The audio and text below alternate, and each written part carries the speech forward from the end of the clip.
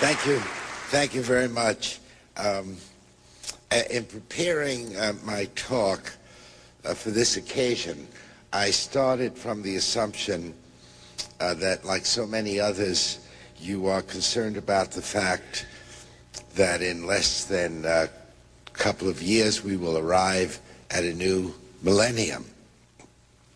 In addition to our computers, which are close to having a nervous breakdown in anticipation of the year 2000, there's a great deal of frantic talk about the 21st century and how it will pose for us unique problems of which we know very little, but for which nonetheless we are supposed to carefully prepare.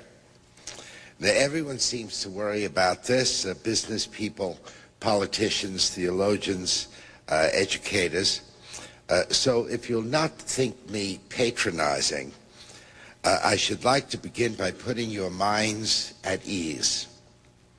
I doubt that the 21st century will pose problems for us that are more stunning, disorienting, or complex than those we faced in this century, or the 19th, or the 18th, or the 17th, or for that matter, many of the centuries before that. But if there's anyone here who is excessively nervous about the new millennium, I can give you right at the start some good advice about how to confront it. And the advice comes from people whom we can trust and whose thoughtfulness, it's safe to say, exceeds that of President Clinton, Newt Gingrich, or even Bill Gates. Here's what Henry David Thoreau said: "All our inventions are but improved means to an unimproved end." Here's what Goethe told us: "One should each day try to hear a little song, read a good poem, see a fine picture, and, if possible, speak a few reasonable words." Socrates told us the unexamined life is not worth living. Rabbi Hillel said, "What is hateful to thee, do not do to another." And here is the prophet Micah: "What does the Lord require of thee but to do justly, to love mercy, and to walk humbly with thy God?" And I could tell you, if we had the time, although you know it well enough, what Confucius, Isaiah, Jesus, Mohammed, the Buddha, Spinoza, and Shakespeare told us. It's all the same. There's no escaping from ourselves. The human dilemma is as it has always been, and it is a delusion to believe that the technological changes of our era have rendered irrelevant the wisdom of the ages and the sages. Nonetheless, having said this, I know perfectly well that because we do live in a technological age, we have some special problems that the sages did not and could not speak of. For example, all of us are aware that last year, scientists in Scotland successfully cloned a sheep. I think her name is Dolly. Another group of scientists in America have cloned a monkey, and apparently a high school student, in order to gain extra credit, claims to have cloned a frog. Now, we can expect, I think we've all read about this in the last few days, if not this year or the next, that the cloning of human beings will be a reality. Now, I think we can say that we have here a genuine 21st century problem. It would be interesting, wouldn't it, to speculate on what Jesus or the Buddha would say about this development in human reproduction. Well, we'll have to address this matter without them. Now, how will we do that? Who has an answer we'll find acceptable? Now here is one I imagine most of you will find unacceptable. Cloning human beings opens up a whole new field of human spare parts. The way it would work is that every time someone is born, a clone of this person would be made. The clone would be kept in a special, confined, and well-guarded place so that it could provide spare parts for the original person as needed throughout life. If the original person loses a kidney or lung at some time in his or her life, we would simply take it from the clone. Now, I know you will protest that the clone is, after all, a real human being. But that would only be the case if we define the clone as a human being. There's nothing new in human beings defining other human beings as non-human things. In all cases of genocide, that is exactly the procedure. Aldous Huxley wrote about how to do such things, although he did so ironically and bitterly. In our own times, Marvin Minsky and others working in the field of artificial intelligence have prophesied quite enthusiastically that humans will become merely pets of their computers, so that the definition of the worth and capacity of humans will change. Now, I hope you are thinking that my proposal is simply a bad joke, and that any such proposal seriously made is a product of a depraved mind. Well, of course, I agree with you.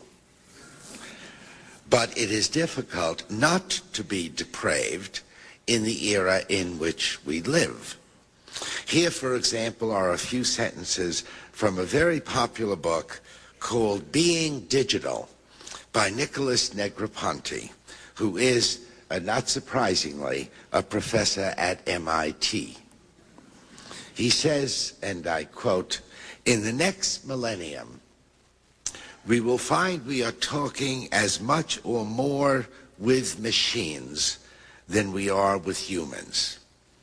What seems to trouble people most," he says, "is their self-consciousness about talking to inanimate objects."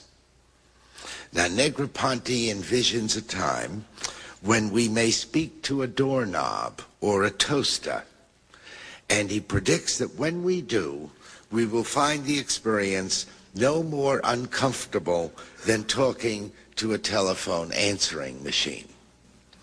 He has nothing to say about how we may become different by talking to doorknobs, as we already have become different by talking to telephone answering machines.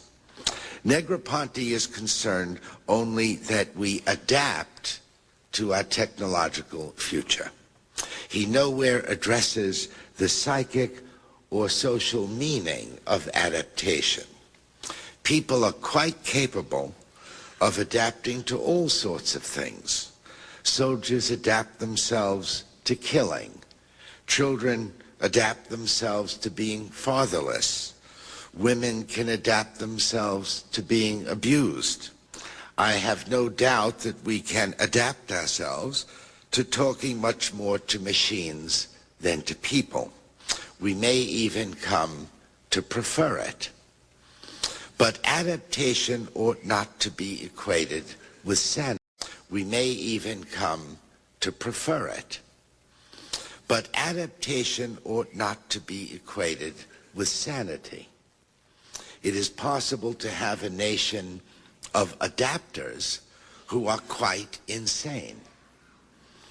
Anyone who has lived in this century can hardly deny that. Now, it's not my intention this afternoon to give a Cassandra-like presentation. I know you'll be pleased to know this. In fact, quite the opposite. My talk wishes to address the question of how to remain sane in a furious speeded up technological society.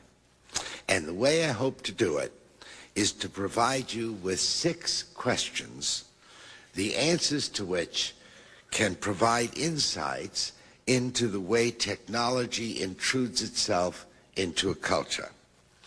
As I see them, the questions can be applied at 2 different levels and in 2 different ways.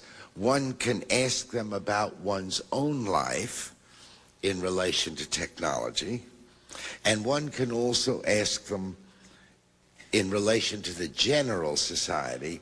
That is to say, the questions can have a political dimension.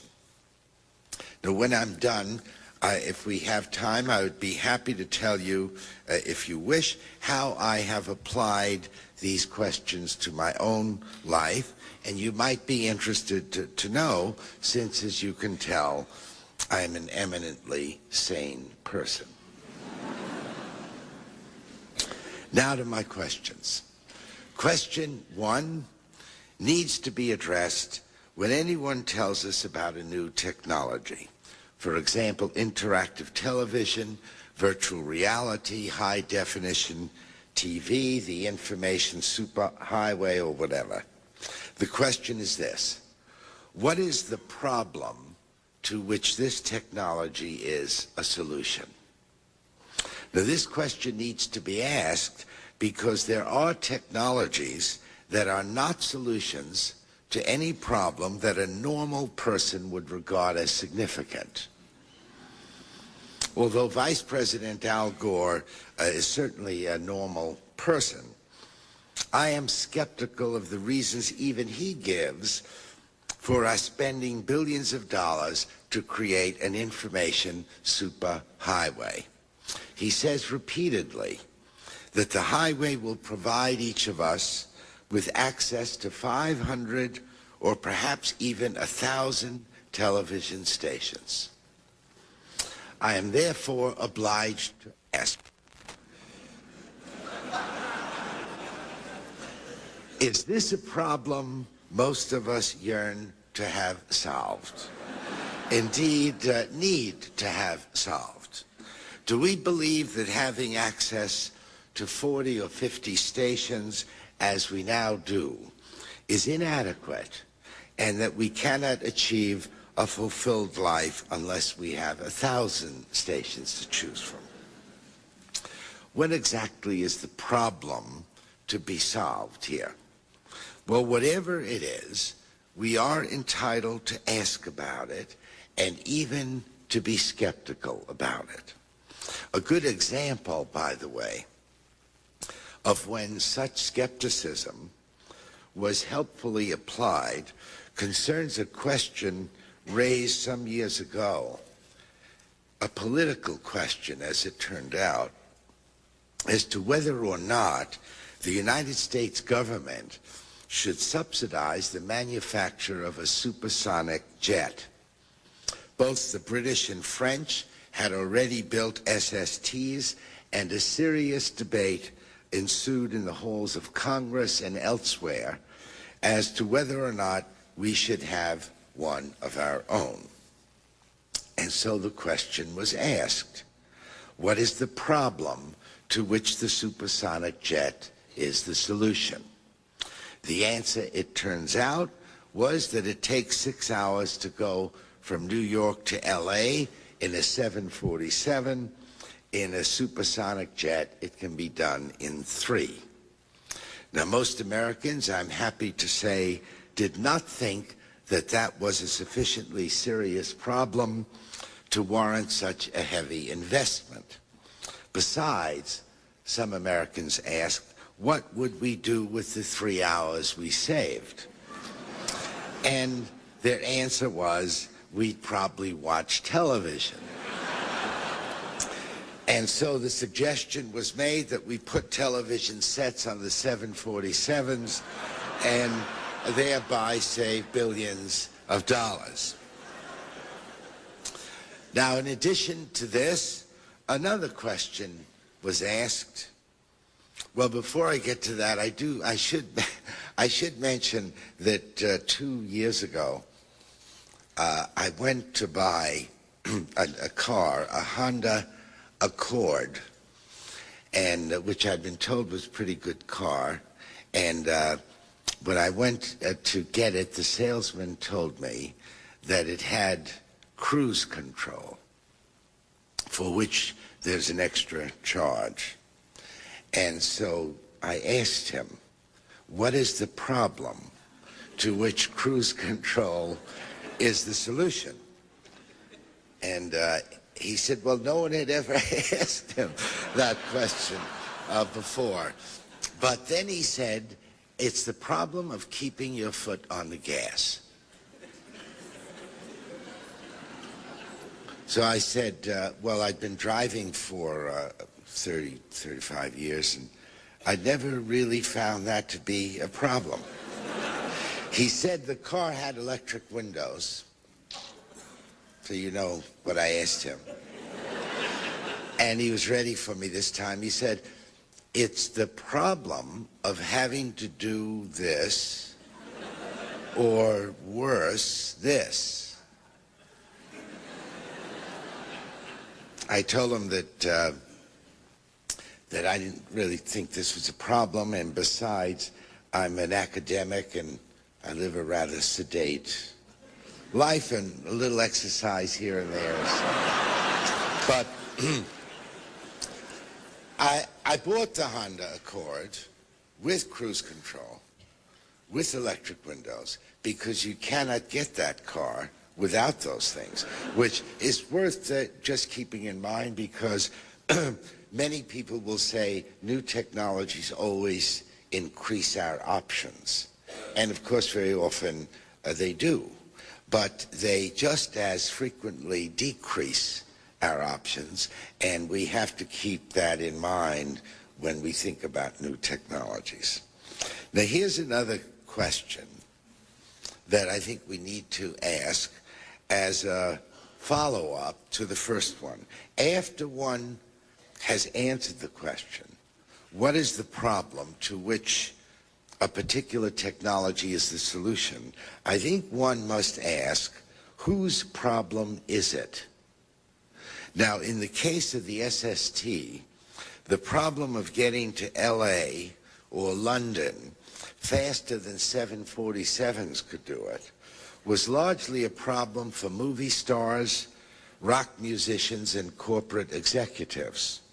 Hardly a problem that most Americans would regard as worth solving if it would cost them a lot of money. But this question, whose problem is it, needs to be applied to any technology. Most technologies do solve some problem, but the problem may not be everybody's problem or even most people's problem. We need to be very careful in determining who will benefit from a technology and who will pay for it. They are not always the same people.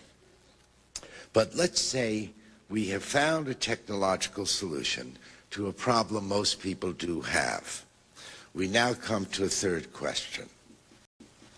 It's this: suppose we solve this problem and solve it decisively. What new problems might be created because we have solved the problem? Now, the automobile solved some very important problems for most people, but in doing so has poisoned our air, has choked our cities with traffic, and has contributed toward the destruction of some of the beauty of our natural landscape. Antibiotics have certainly solved some significant problems for almost all people, but in doing so have resulted in the weakening of what we call our immune systems.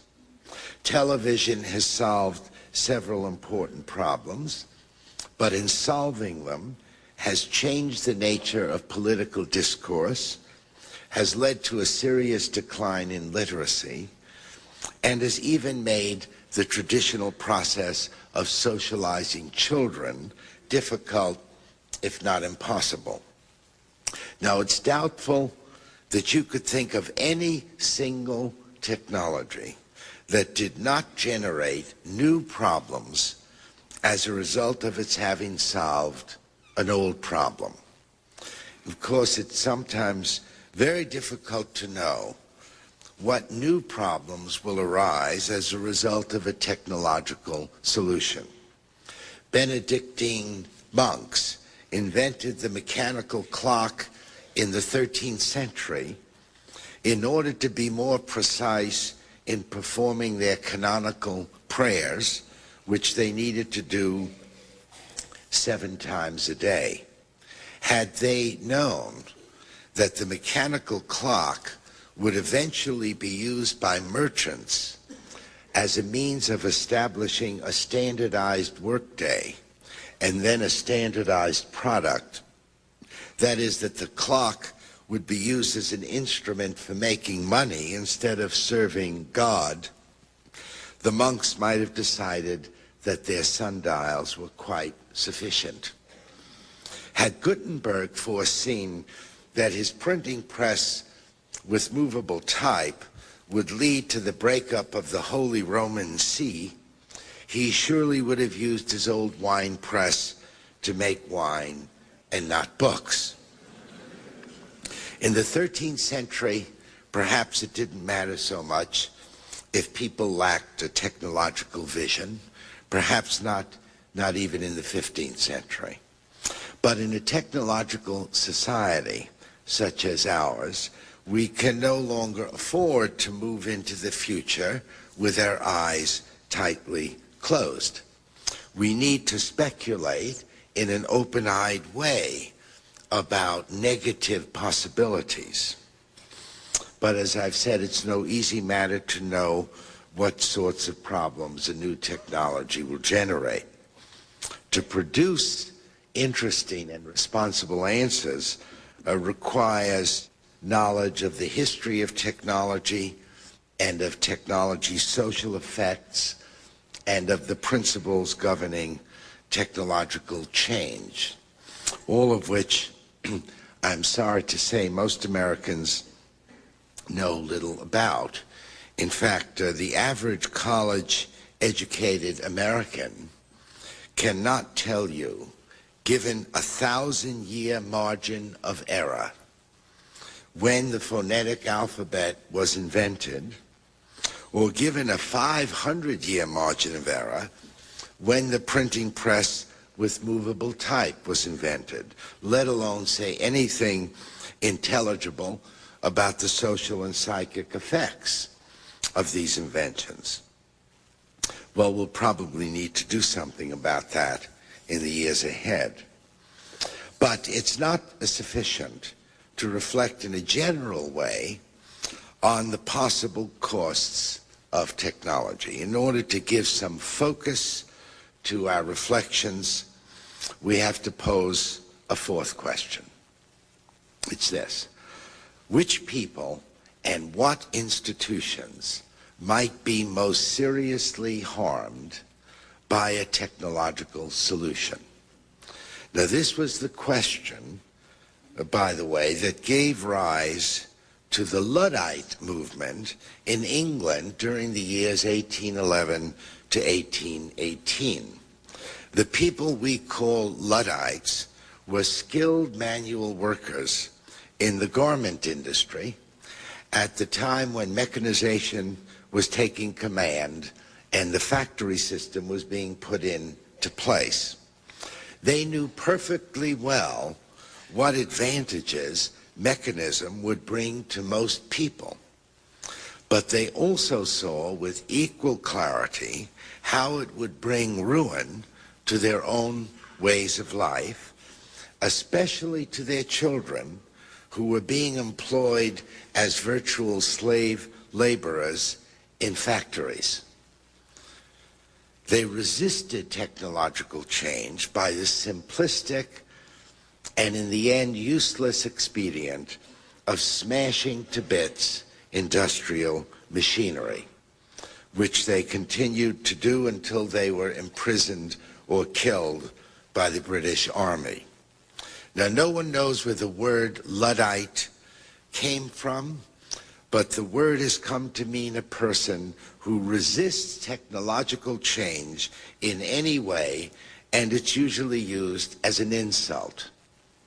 Now, why this is so is a bit puzzling to me, since only a fool doesn't know that new technologies always produce winners and losers. And there is nothing irrational about loser resistance.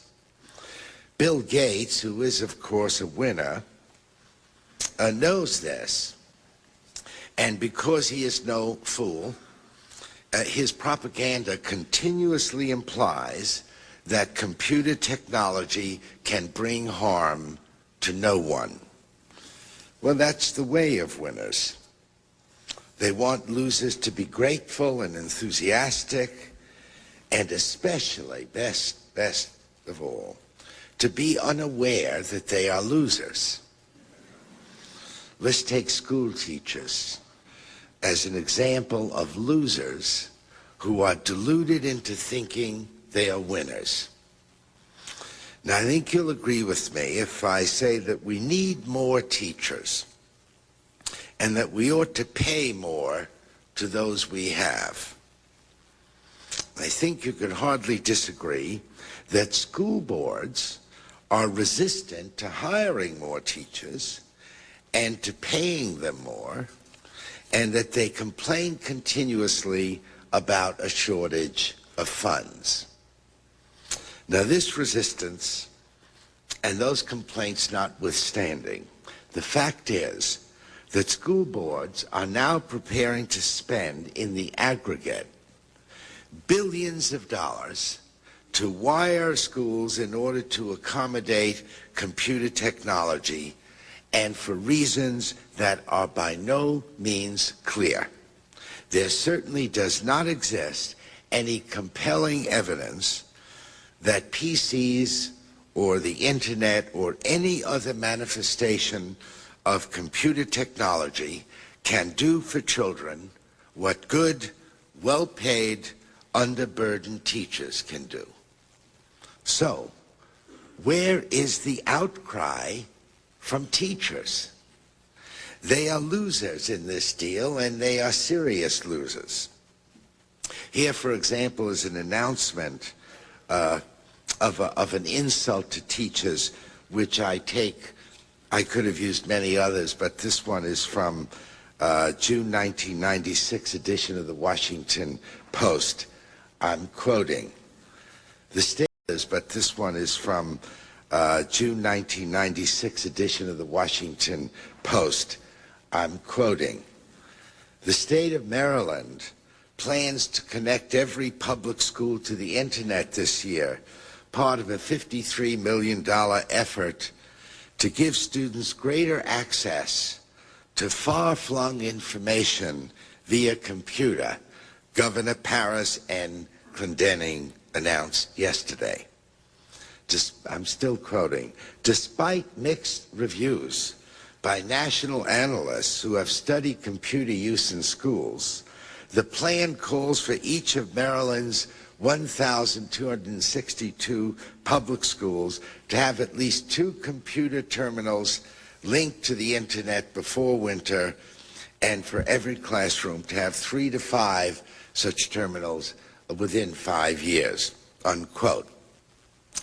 Governor Clendening, by the way, calls this a bold and big initiative and expects tens of millions of additional dollars to be donated by private enterprise, so that the total expenditure will be close for this 1 year to be close to $100 million.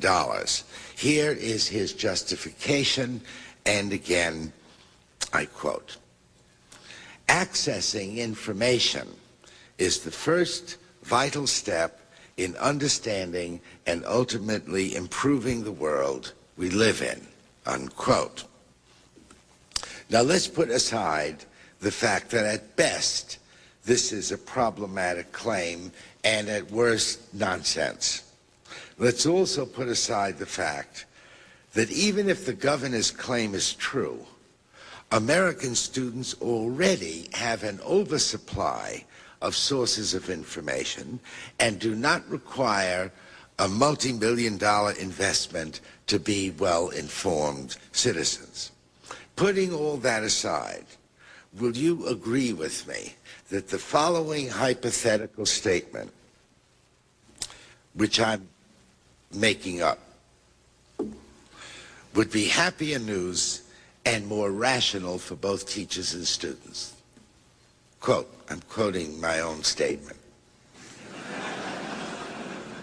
The state of Maryland intends to spend $100 million to increase the number of teachers in the state, to pay those we have more, and to reduce teaching loads. Governor Clendening said, this is a vital step toward assuring that our students will be given a more attentive, wholesome, and creative education, unquote.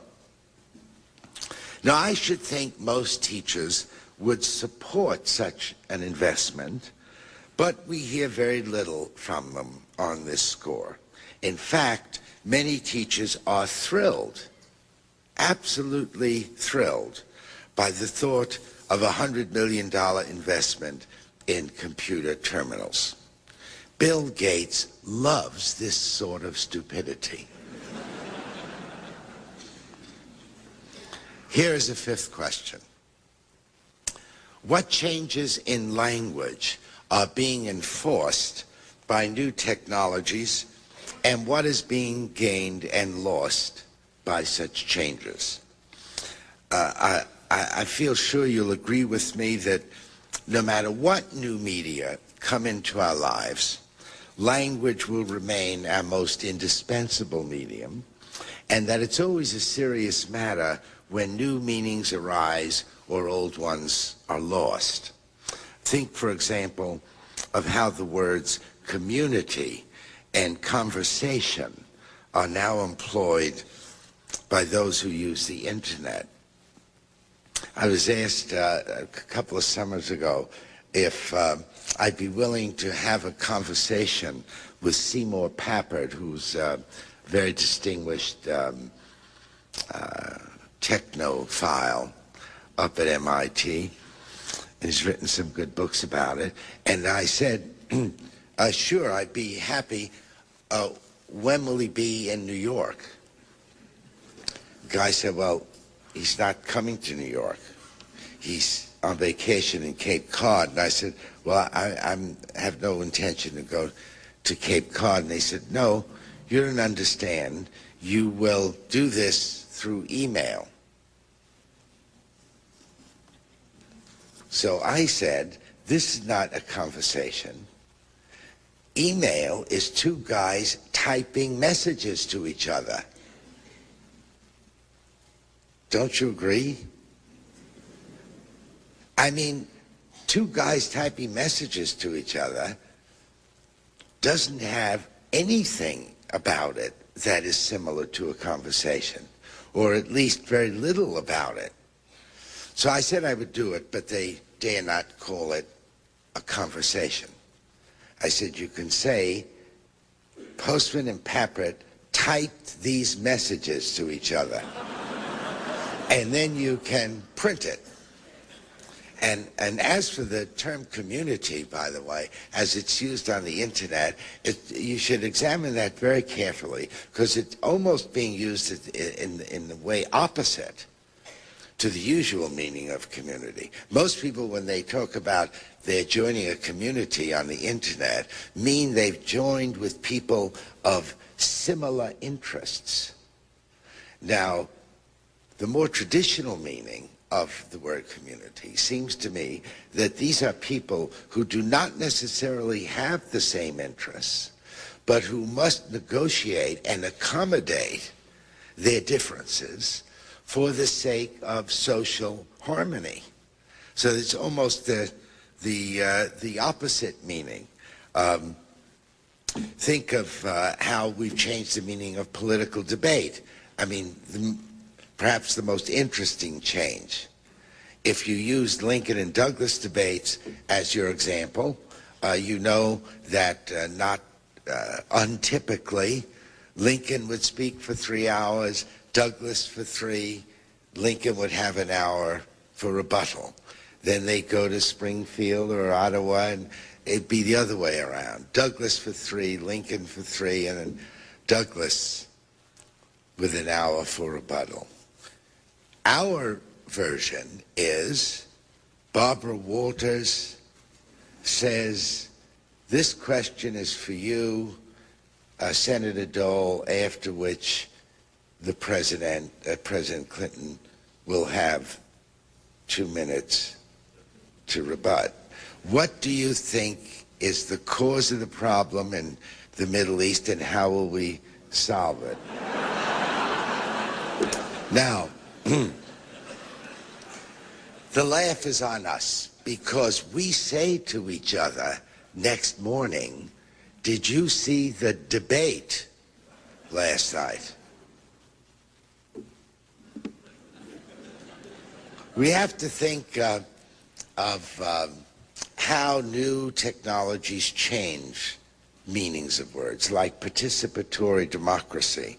Not long ago, I reviewed a book called The Electronic Republic, and the author argued that the new technologies will make representative democracy obsolete because they'll make it possible to have instant plebiscites on every issue. So in this way, voters will directly decide if we should join NAFTA or send troops to Bosnia or impeach the president. The Senate and the House will be largely unnecessary. And this, the author said, is participatory democracy, just as it was in Athens in the 5th century BC. Now, I've no objection, by the way, to borrowing a phrase from an older media environment in order to conceptualize a new development. We do it all the time, but it has its risks, and we have to pay attention when it's done. To call a train an iron horse, as we once did, may be picturesque, but it obscures the most significant differences between a train. May be picturesque, but it obscures the most significant differences between a train and a horse and buggy. To use the term an electronic town hall meeting similarly obscures the difference between an 18th century face-to-face gathering of citizens and a packaged televised pseudo-event.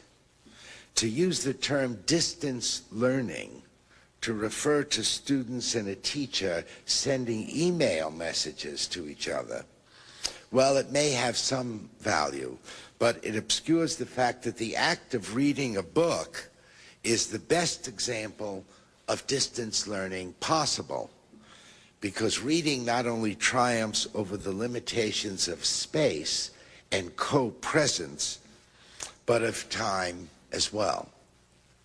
And as for participatory democracy, we would really be hard-pressed to find any similarity whatever between politics as practiced by 5,000 homogeneous, well-educated, slave-holding Athenians and 250 million Americans doing plebiscites every week. And I think it's dangerous to allow language to lead us to believe otherwise. Anyway, here's the last question. You'll recognize that it's related to some of the others, but I give it a special status because of its importance. Question is this: what sort of people and institutions acquire special economic and political power because of technological change? Now, this question needs to be asked because the transformation of a technology into a medium, the exploitation of a technology, always results in a realignment of economic and political power.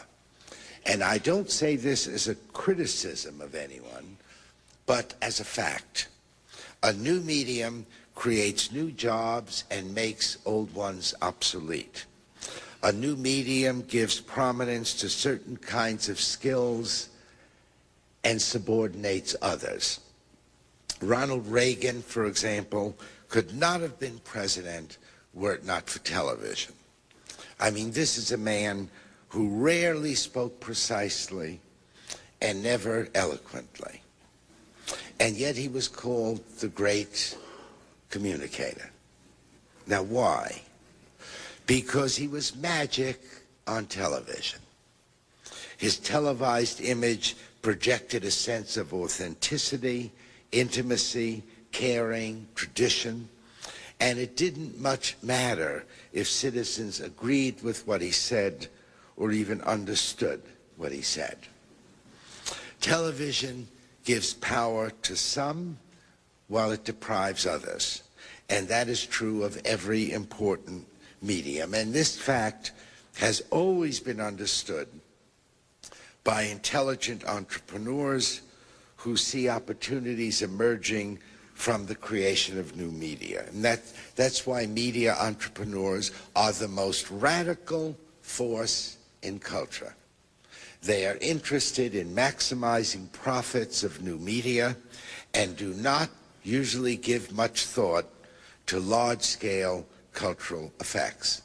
America's greatest radicals have always been our entrepreneurs. Morse, Bell, Edison, Sarnoff, Disney. These men created the 20th century, as Bill Gates and others are creating the 21st.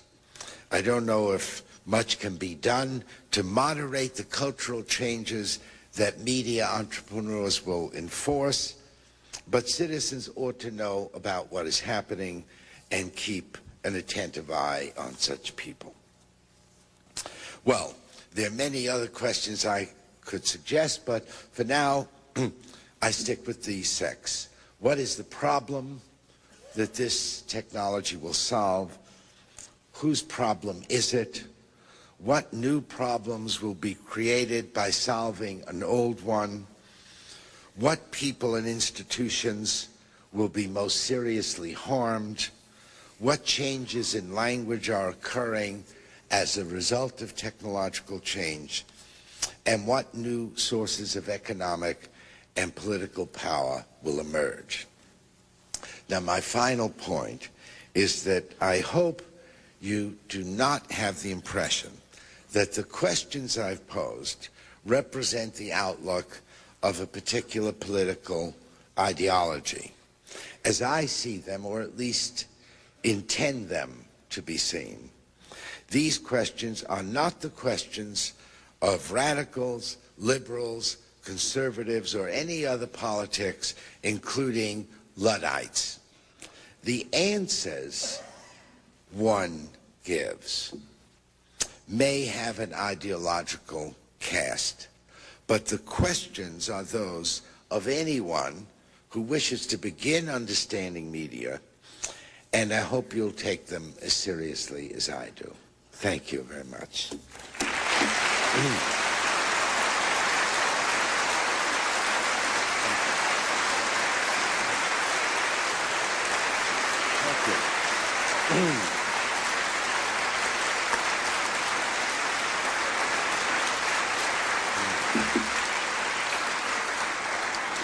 Now, I've been told we have about 10 minutes, or a couple more than that, for any questions you'd like to ask, or comments you'd like to make, or compliments you'd like to give me. And I'd be happy to, if I can. Do I see someone? Oh, is there a microphone here? Yes, it's way over. We can hear. Yes, I'm calling your book, Using Yourself to Death. Public discourse and the age of feel-good. Basically, electronic media. You say public discourse is all political, religious, and informational commercial forms of conversation.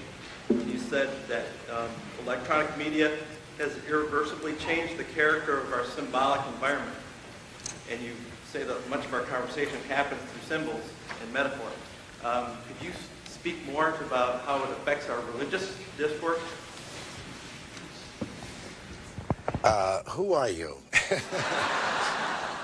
Well, I do have.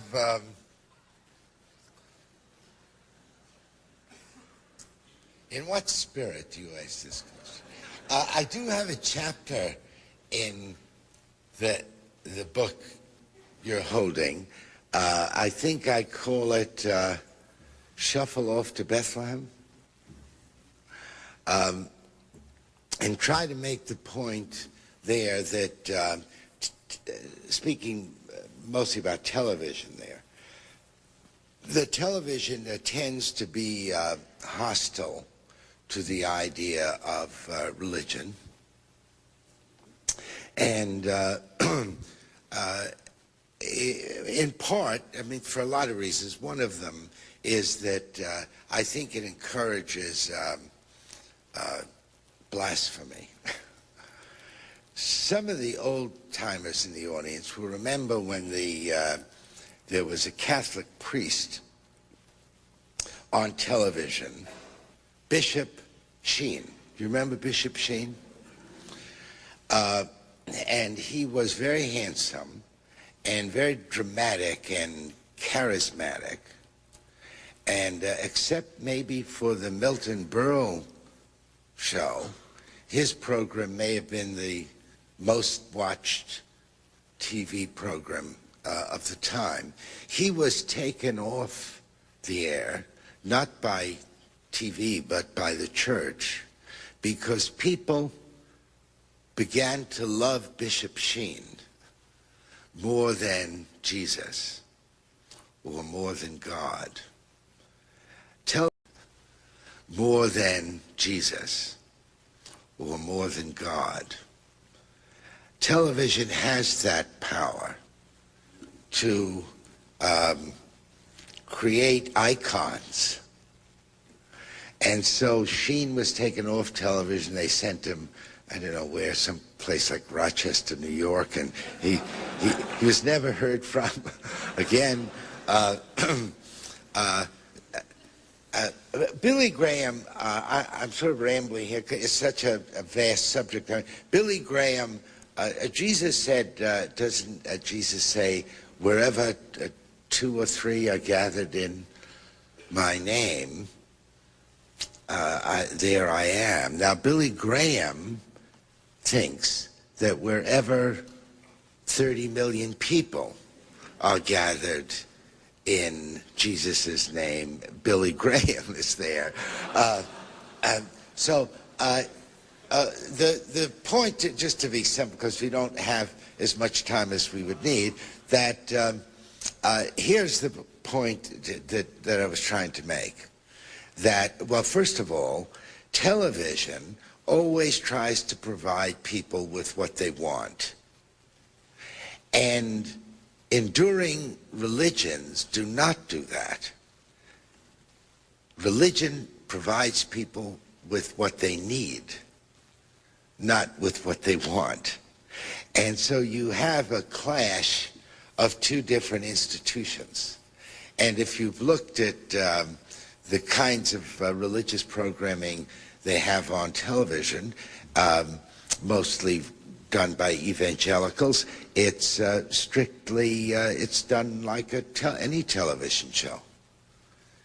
It's just organized like a television show, as, by the way, are news shows. It's always interested me. If someone can explain this to me, I would really appreciate it. Why on news shows do they have music? Has it ever struck you as odd that they're about to give you stories about an earthquake in Chile and a huge fire in Chicago, and it all begins with music, which stays throughout the show as a sort of motif? Well, maybe, it's just a question. I don't know the answer to it. Someone else. Yes, sir. In Technopoly, you argue that the courts are the last refuge of an institution which can exclude information from people which are fragmented by too much of it. What I'd like to know is, in the wake of the O.J. Simpson case, do you still consider that to be the case? This question is about my discussion in a different book called Technopoly about the courts, where I use the example that a courtroom is a place which very carefully limits the kinds of information it will allow. And that's why lawyers jump and say, I object to someone's talking about this. And then the judge decides whether that's permissible or not. And then the questioner asked about about O.J. Simpson and the trial. By the way, did you read his most recent statement, this interview? He said, I think it was in Vanity Fair, if I killed her, it would be because I loved her too much. Let's just slide over that one. And here's my view, very personal view. If you go back about 5 years, New York State was one of only about 3 or 4 states that did not allow a television in the courtroom. And the New York State legislature passed what's called a sunset law. That is a law that that expires after a certain amount of time. In this case, 18 months. So for 18 months in New York State, you could bring TV cameras into the courts, and the then Governor Mario Cuomo set up a commission to study the effects of this.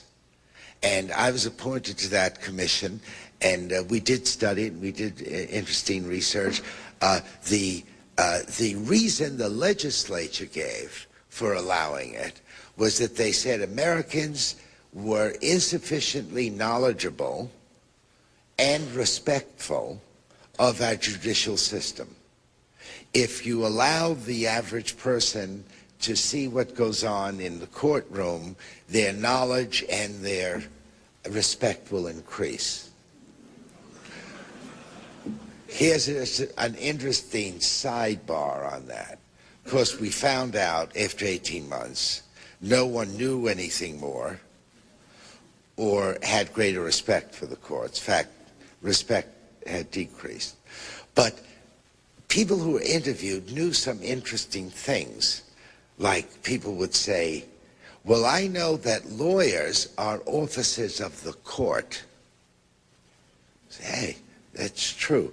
How did you know this? They would say, well, on Law and Order, or they'd mention some other television show. They say, oh, they mention that all the time.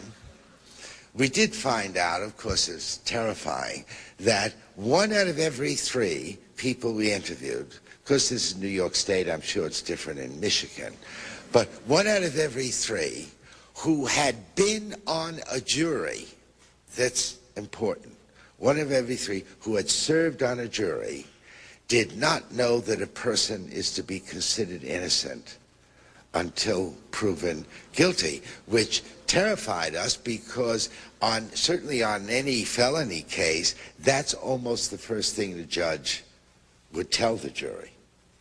So, but I voted, in the end we voted, our commission, and we voted against allowing cameras in the courts, and then when the law expired, the legislature was fairly impressed with our arguments and said, well, we'll pass the law just for another year and we'll do more study. Then it expired, and then they said, oh, the hell with it, let the cameras come in. So in New York State now, I'm sure it's true in Michigan, right? Can't you have cameras in the courts? I think maybe we have time for one more. I thought I saw someone back there, and then we'll.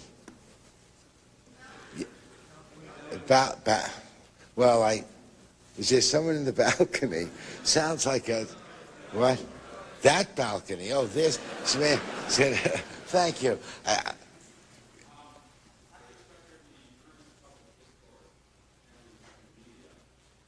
The media is basically owned by a few individuals and corporations. I don't think Disney or General Electric or Time Warner, I think they'd like to ban this book, if anything. Well, I mean, my answer, you asked this of an American, right? And you know, an American's answer to any intractable problem is schools. Isn't this the most American thing? If there's too much bigotry, let the schools have teach tolerance. If kids are cracking cars, let them teach safe driving. If young women are getting pregnant out of wedlock, let's have sex education. We Americans like to give all these problems to our schools, and for the most part, doesn't work very well. Problems to our schools, and for the most part, doesn't work very well. But in this instance, I think this is the only thing I can think of. That if we had in this country serious, you can call it media literacy, media education, media studies, whatever you would call it, beginning in the earliest grades and going right on through university, I think we could develop a population of knowledgeable people with a perspective on media and technology that would be very useful for civil life. Now, if that doesn't happen, then I think what you imply is the consequence, that we turn our national civic life over to Rupert Murdoch and Ted Turner and the other. Not that they're necessarily bad guys. Well,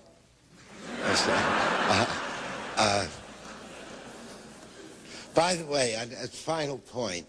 We had a conference at NYU not so long ago called Media and Democracy.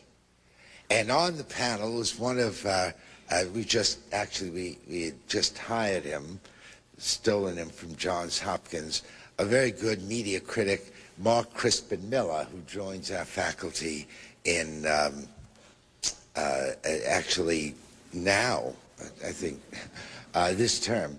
And on the panel was Walter Isaacson, the editor of Time magazine. And as the panel was going on, Miller had put a big, it was covered over, a big chart, but it was covered over with a blanket so no one could see what was on it. And he accused Isaacson, now who owns it? Time is owned, what's Time Warner, right? And they make movies, as you know. They made a movie called Twister. Anyone here see this movie? So Mark Miller said to Isaacson, well, one of the problems we have in studying media, one of the things we worry about is that a magazine like Time, being owned by Time Warner, will naturally promote and speak favorably of movies made by the parent company. Isaacson, the editor, denied this most ferociously, and then Miller walked over to his chart, and he had next to each other a cover of Time magazine and the big ad of Twister, and it was the same.